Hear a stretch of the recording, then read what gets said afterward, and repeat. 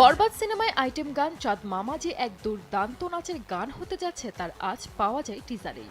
Megastar Shakib খানের সঙ্গে ওপার বাংলা নায়িকা নুসরাত জাহানের রসায়ন যে দর্শক শ্রোতাদের মনে ধরেছে তা শুক্রবার সন্ধ্যায় চাঁদ মামা শিরোনামে পূর্ণাঙ্গ গান প্রকাশের পরই বোঝা গেছে।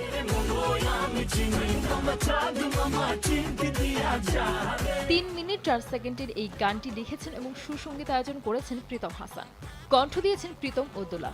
এর আগে গত বছর রায়হান রাফির তুফান সিনেমায় প্রীতমের কণ্ঠে লাগে উড়াধুরা ব্যাপক জনপ্রিয়তা পেয়েছিল। সেই গানের তালে নেচেছিলেন শাকিব খান ও মিমি চক্রবর্তী।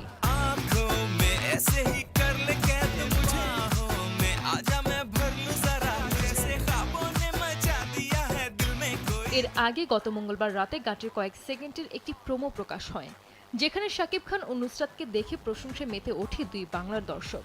তাদের অনেকের মন্তব্য, শাকিবের লাগে উড়াধুরার মতোই কিছু একটা হয়েছে, এমনকি সেটিকে ছাড়িয়েও যেতে পারে চাঁদ মামা।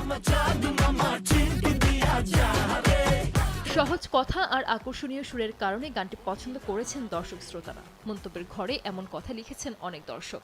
সঙ্গে প্রীতম ও দোলার গায়কের কথাও বলেছেন কেউ কেউ। তবে শাকিব খান আর নুসরাতের পারফরমেন্সের প্রশংসাও এসেছে প্রচুর। গানটিতে শাকিবের লুক আর নাচ দুর্দান্ত মন্তব্য করেছেন অনেকে। একজন আবার নুসরাত জাহানের আবেদনময়ী নাচের প্রশংসা করেছেন। আরেক নেটিজেন লিখেছেন, লুক পোশাক মিলিয়ে এক কথায় অনবদ্য।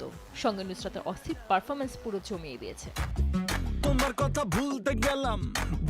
এদিকে গানটি নিয়ে নেতিবাচক মতামত রয়েছে অনেকের। নেটিজেনদের কেউ বলছে পুরো গানটা জুড়ে বলিউডকে কপি করা হয়েছে। একজন লিখেছেন, পুরো গানটা জুড়ে নোরা, তামান্না, দীপিকা, আলুদের বিভিন্ন গানের হুক স্টেপ তো চুরি করেছে, সেই সঙ্গে প্রিয়াঙ্কা, রাম চাহে, লীলা চাহে গানটার একটা স্টেপ শাকিব খানকে দিয়ে করানো।